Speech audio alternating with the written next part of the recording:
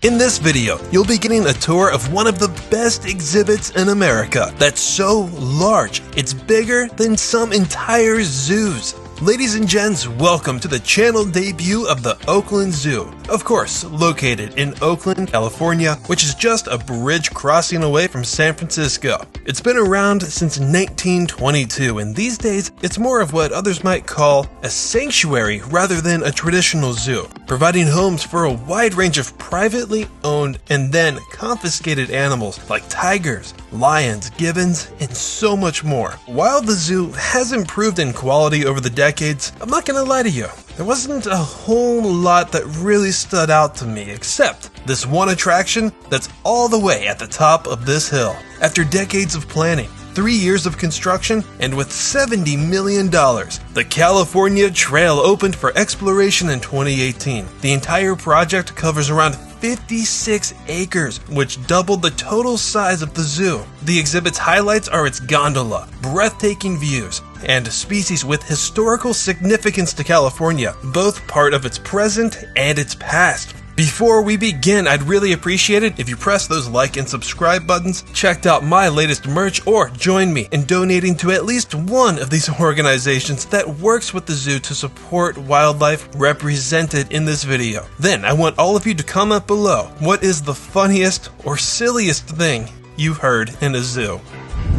The only way to access the California Trail is with these ADA accessible Swiss-made gondolas. But just a heads up, it does close at least an hour before the zoo closes, and you could be in line much longer than you'd like to be. But I was able to go up and back 3 different times and still saw the rest of the zoo. Each gondola can fit up to 8 people, but I noticed the loaders made sure every individual party had a cable car to themselves. You can sit back and relax and enjoy your 4-minute, half-mile sky-high adventure that puts you in a position to give you some breathtaking views. So why is there no alternative way to get up here? From my understanding, there's 2 reasons. 1, it's cool.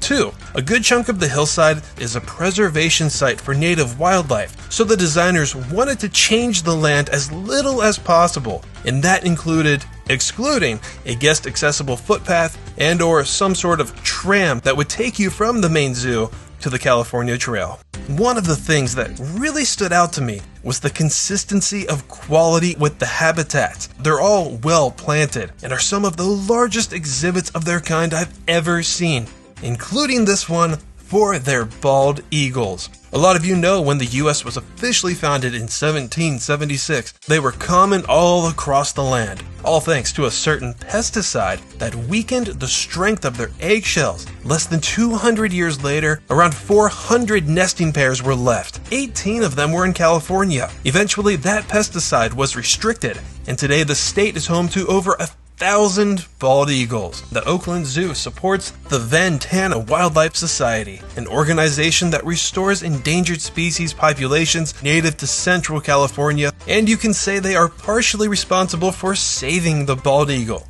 It took until the very end of the day, but I was able to find their very sleepy pups. I don't know if it took me that long because they were either off exhibit within that time or because they have at least 3 expansive spaces. Here's a wolf for reference. Maybe it's also because there is a lot of cover. If this happens to you, the zoo asks that you practice quiet coyotes and do the world a favor and don't go on and try to speak wolf to get their attention. Driven by fear, early settlers and eventually government-funded campaigns wiped them out in most areas, including California. A lot of it had to do with farmers protecting their livestock. But as wolves are making a comeback to the Golden State, the zoo sponsors the California Wolf Center's Range Steward program that trains ranchers to give cattle survival instincts as a herd to try and reduce wolf to livestock conflict. Next up, unless we're talking about birds with injuries, it's very rare to see a zoo exhibit that actually gives raptors enough space to fly. You might find several birds that are just visiting. But the zoo wants you to know that, yes, the red-tailed hawk does live with the California condors, who were partially behind the scenes. I was told it was due to the bird flu, but I see this as a blessing in disguise because that gives me an excuse to talk more about them in an upcoming episode at another California zoo. No perfectly visible condors? No problem. It was still fun for me to learn about the rescue and release programs that they support, how high they can fly compared to other birds, and how condors inspired the way that planes were designed. California condors nearly disappeared from California and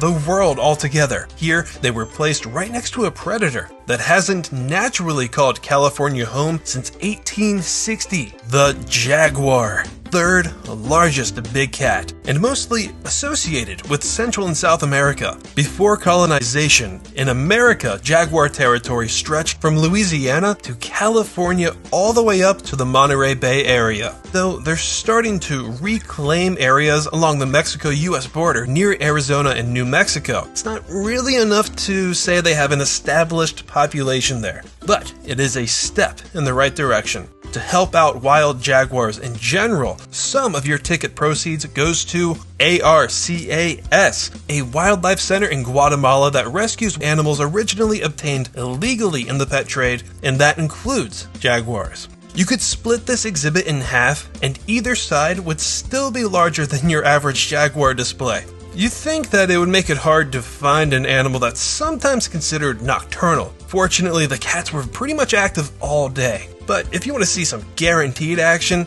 the best time to come over here is feeding time, which wasn't just a cool experience because I usually catch jaguars doing nothing, but the keeper's mate, Luca, put some effort into finding his food. So if you ever make a visit, I recommend making your way over here around 3 p.m.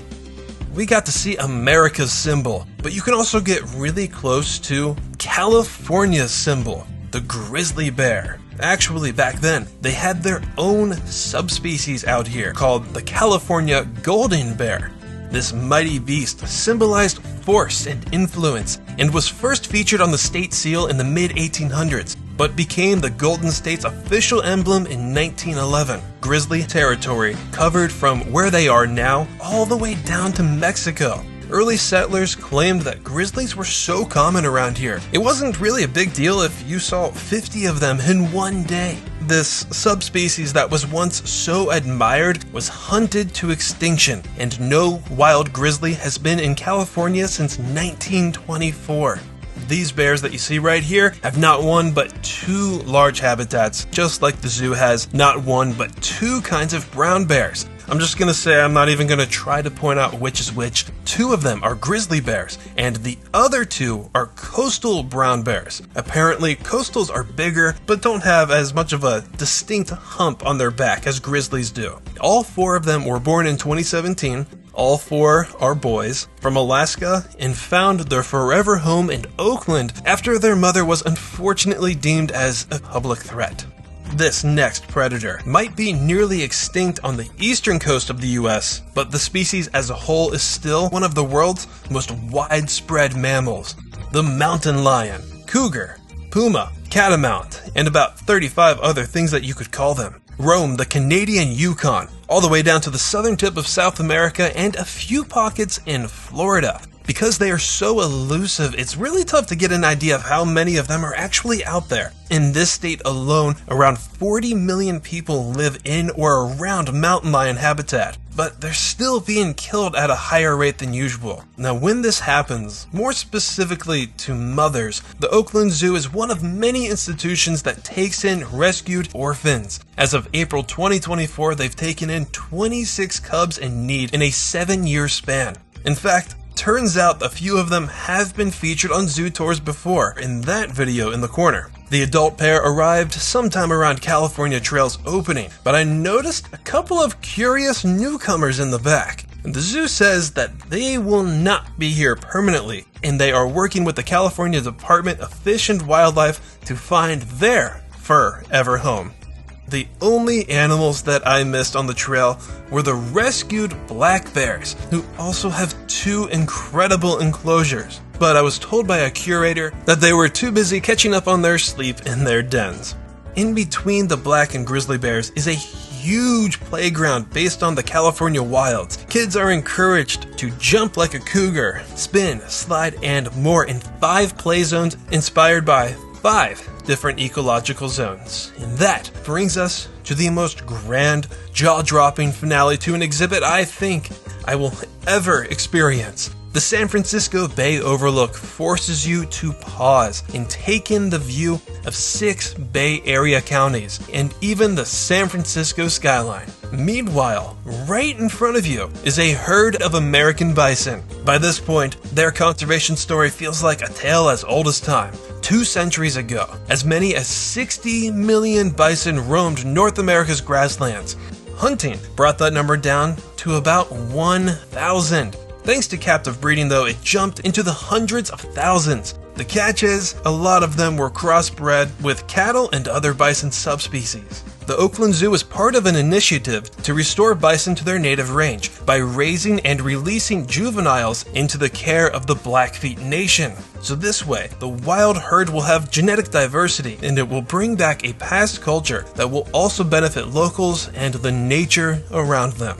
Before you go, you're invited to step into the California Conservation Habitarium, interactive learning center designed around real-life researchers' experiences in California's mountains, deserts, redwoods, and estuaries. It's like stepping into the work and world of conservationists and does a great job calling for guests to join a growing community of people taking action to help the state's wildlife. As the trail's exit meets its entrance, your last stop would most likely be in the visitor center and the landing cafe, where you can grab a bite to eat and also enjoy the view. And if you are ready to go, just go to the right side of the visitor center and steps will take you right back to the gondola that'll take you back down to the main zoo. That, my friends, is where we will leave things for now. The California Trail it's incredible. It's one of those exhibits that I'm sure every zoo wishes they had the budget and the land to build. Every stop on this trail shows what's giving these animals a tough time in the wild and what you can specifically do to make sure things don't get worse for them. It's a nice shift away from your average signage that just says reduce, reuse, and recycle without explaining more. I left out a lot, so you can read more about how you can help each species below in the comments. So that'll do it for this week's tour. Let me know your thoughts, stay tuned, stay wild, and thank you all for watching Zoo Tours.